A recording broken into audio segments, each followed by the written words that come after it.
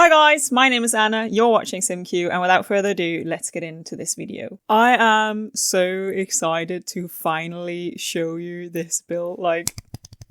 It is finally done, or actually as of recording I am missing a little bit on the interior, but what we're watching today, the exterior and the landscaping is done, and I have so much been looking forward to finally get to talk about it and to show it to you. This is a big build, a very big project, definitely the largest so far, but I've been absolutely loving working on this and seeing it slowly come to life, looking through all of the screenshots and try to get as many details right as possible. So here in the beginning it might seem like smooth sailing, but that is because prior to recording I pretty much always go in and just check like the proportions so I have some idea of like how big the build should be. So for you guys it often looks like the shell comes together like pretty quickly. That does not mean that I haven't been struggling beforehand, but you will definitely also get to see me struggle a lot when we are reaching some of the other parts of this build. One of the general challenges with trying to translate something from real life or from films to The Sims 4 is always the proportions.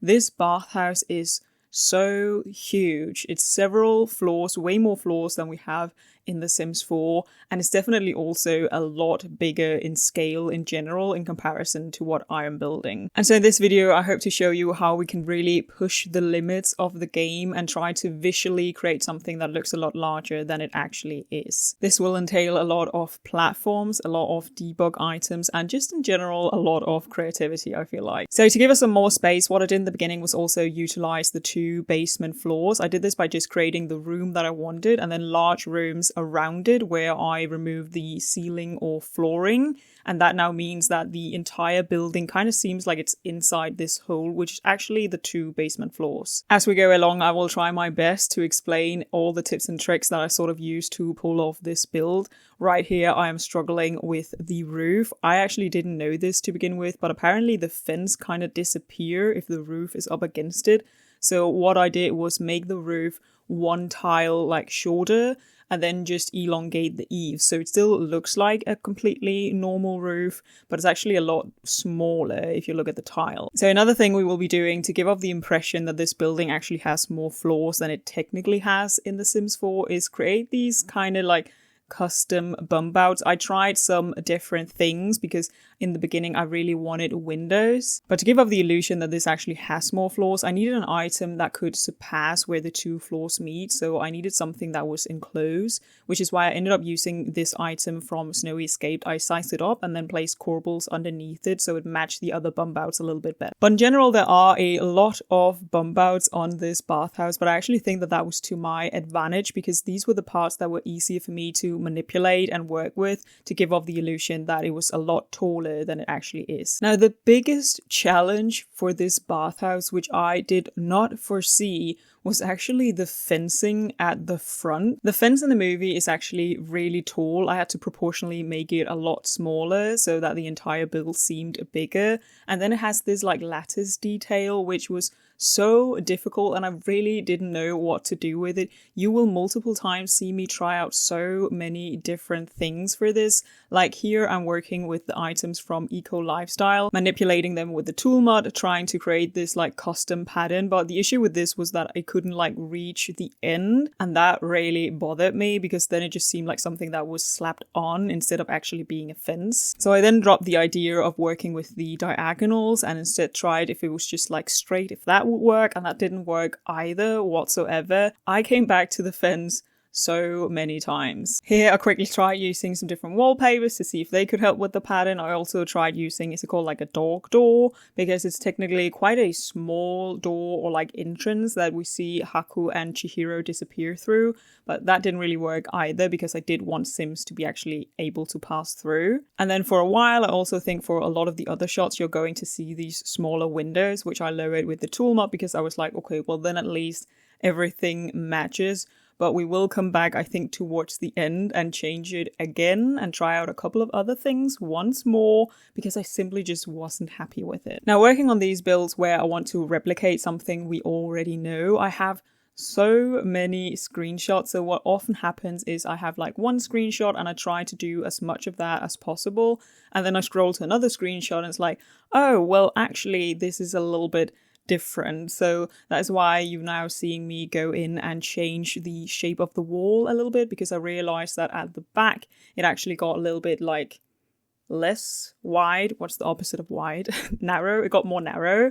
And there were also like balconies on the upper floor, so we're adding in that. And while this might seem a little bit tedious or not that well planned, to be honest, that's just how it is with these builds. I can't really work out everything to begin with, because even if I have a plan, there's always something that goes wrong within the game, and then I need to change the plan either way. So I think I also said in the beginning, what I usually do is I kind of get the overall proportions down, and then I start recording, and then I just need to problem solve along the way. So that's also what we're doing here with the balcony, because I did have one reference photos where it was kind of from a distance, a little bit difficult to see, and from there it just looked like it was this like dark wood.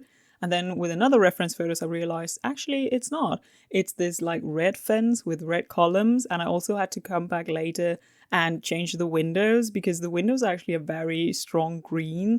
So there are just a lot of changes along the way, which is definitely also what is adding to the time. For now, we are moving on and instead working on the staircase down to the boiler room. We see this quite early on in the film, because Chihiro basically arrives at the bathhouse. Haku helps her cross the bridge and then tells her to go to the boiler room to find Kamaji and ask him for a job. In the film, we get this like bird view shot of the stairs, and they are a lot more unsafe, I guess you could describe them as, than they seem here in The Sims 4, because I can't make them, you know, quite as wobbly and falling apart and run down. But we do have 2 sets of stairs, which I really like, that leads down to this boiler room. But before we continue working on this area, we will have some more bumbouts to place.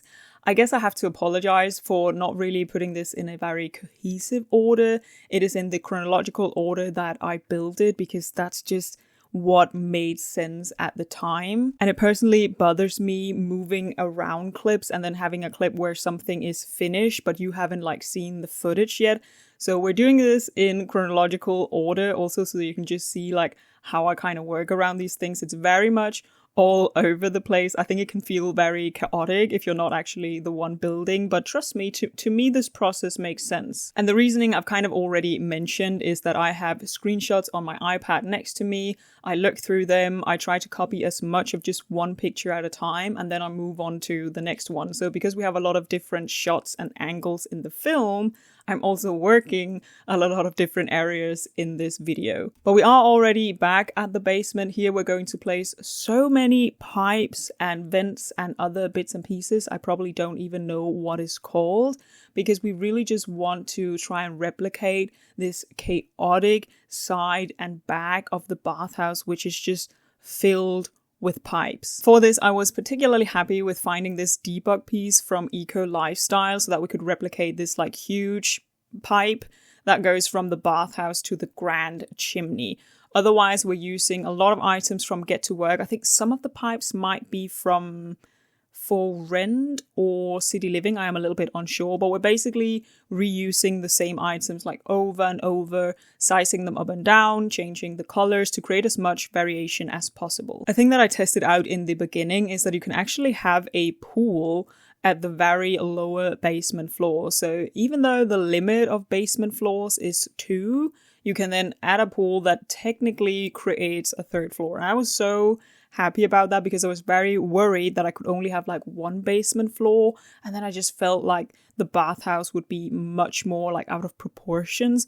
But I also knew that I very much wanted the water at the bottom that surrounds the entire bathhouse, so this was just absolutely perfect. In the beginning, I thought the pipes were only really covering the lower part of the bathhouse, but looking at some other references, I realized that they definitely exceeded like the grey bottom part and went up the red walls as well. So we are just adding them like all over the place. Now for this build especially, I'm sorry that I can't show you any reference photos due to copyright. I know that a lot of other people still do it and claim that it's like fair use, but fact is just that I do not have the copyright, so I will try my best to explain what we're looking at as we go, and hopefully you've seen the film or maybe want to watch the film after this, and you can sort of see everything that I'm trying to explain. So here, as mentioned earlier, we are changing the windows to these base game very dark green ones, which I actually ended up absolutely loving. I also went in with these dark green columns that I was very happy to find matched absolutely perfectly, especially because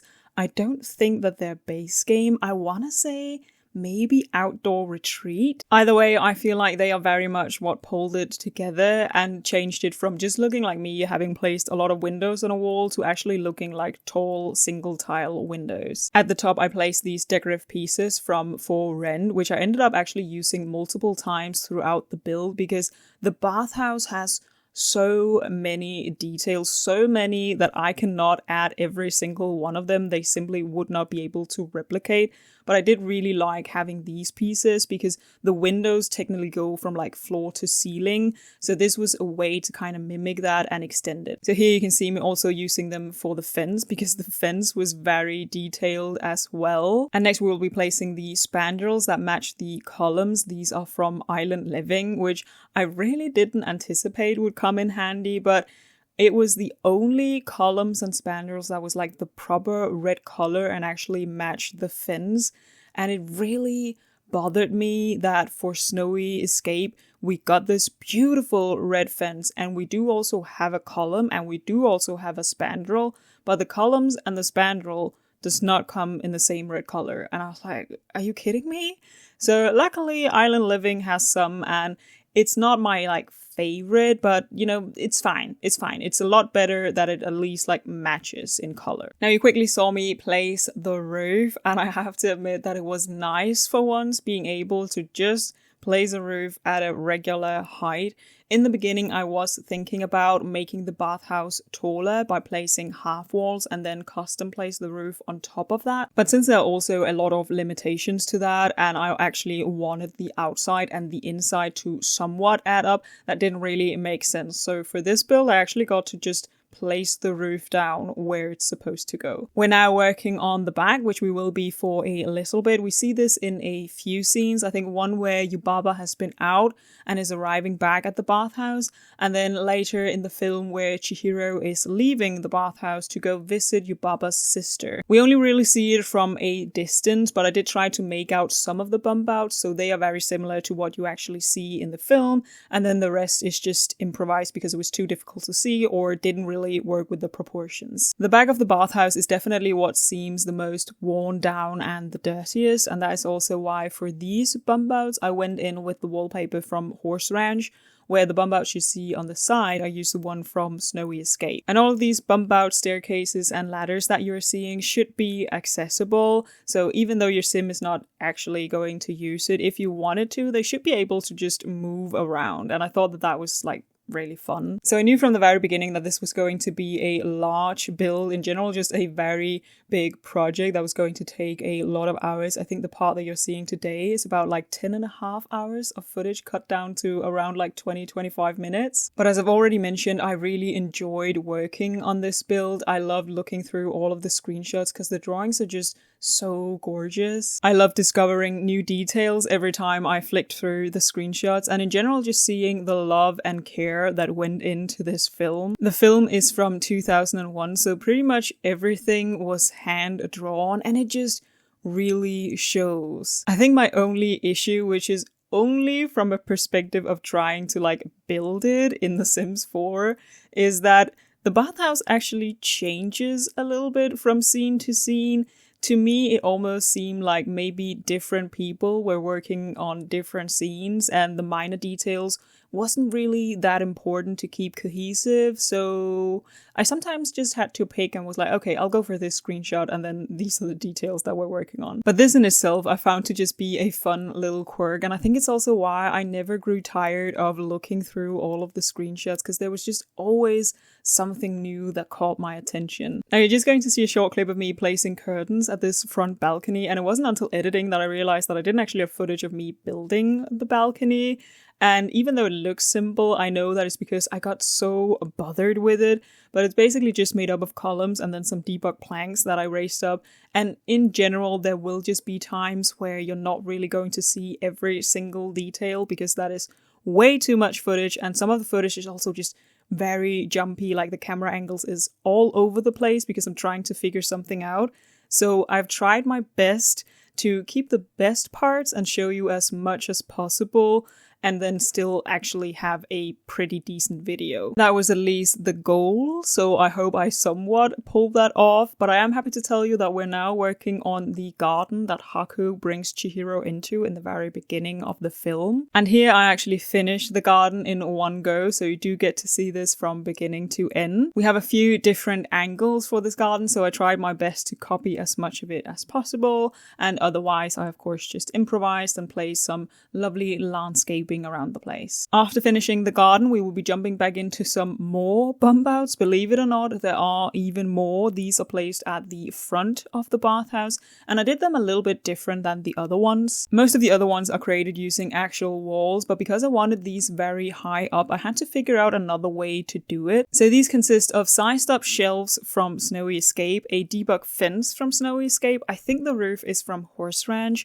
and then the dividers I believe are from Businesses and Hobbies. It definitely took me some time to find these pieces and figure out how to do these bumbouts, but I was very happy with where we ended up in the end. But we've now moved on to the right side garden, which we actually don't really see all that much in the film. We have a few glimpses of it when we see the front of the bathhouse and the back of the bathhouse. And then I also looked at people's photos of their models of the bathhouse, and I don't know if they had some other reference photos than me because they seem to pretty much all agree on what it looked like overall, so I just went with that, but I couldn't personally find a actual reference for this right side of the bathhouse. But based on our few references and people's models, we have this tower in the middle, which I'm right now making a little bit smaller because it was a little bit too big at the beginning. So here I'm using the same debug fence, and then we will be custom placing the top of the roof because I wanted it to be a little bit shorter than the actual wall height. And now might be a good time to quickly mention that all of the bumbouts that don't currently have a roof, I will custom place the roof when I am completely done with the build, so you will not be seeing it in this video, but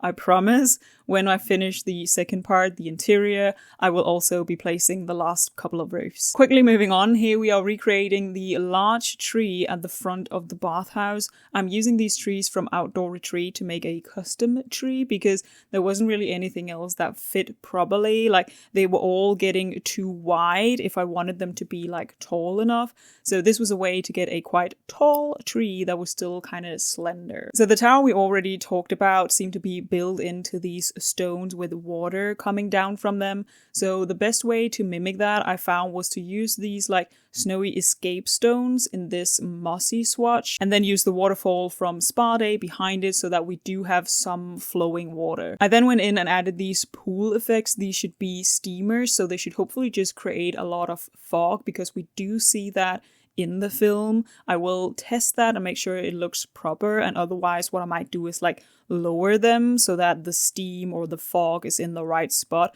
but I do think that could just be such a cool detail. For landscaping, I'm very much improvising, which is why I decided to go with the same style as we see in the garden to the left. So placing some larger bushes, some flowery bushes, and some lower laying plants and flowers. I also found some debug items from Snowy Escape that we will also be placing, and I think you might have seen like a short clip, but this is also the garden side where I decided to place down an onsen. I thought it made great sense with like all of the steam and this tower with the waterfalls, and then I also thought it actually made sense for general gameplay. So when I upload this to the gallery, I will be uploading it as an onsen bathhouse and live up to all of those requirements. It will definitely also have a lot of rooms and items that is not a requirement, but that we of course want to add to replicate this bathhouse to the best of our ability. So when we are done with the garden, we will be coming back to work on this fence at the front because I was still not happy with it. I tried out some of the things that I had already tried. I tried some new windows. I tried some new decorative pieces. Like whatever I tried, like everything just seemed a little bit off. And when I finally found something that I actually liked, my issue was often that it didn't tile very well. So it was either too wide or not wide enough, or too tall or not tall enough, or just not really the right vibe. I tried the same things over and over. I think honestly, I've spent hours just on the fence because I wanted to get it right. And not right as in a perfect replica of what we see in the film, because I'd already come to the conclusion that that was impossible, but right as in it felt right. I think that's really the only thing that I can sometimes go with. It's just, how do I feel about this? Do I like the vibe of this?